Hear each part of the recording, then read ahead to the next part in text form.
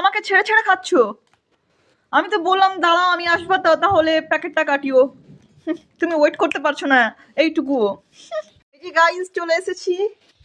এই যে দেখো গাইস, দেখতে পাচ্ছ তো আমার ভাই আমাকে ছেড়ে ছেড়ে খেয়ে নিল কুরকুরে।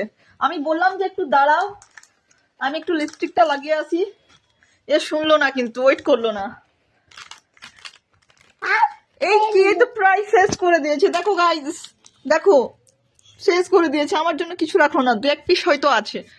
I mean chips. কি ভাই তুমি খাবে? তুমিও খাবে? এটা ভাইটাকে দাও আমার। আমার এটা ছোট ভাইটাকে দাও। আমিও খাই।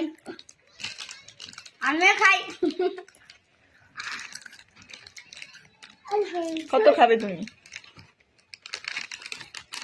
Guys look, I like red color. Guys, I like red color.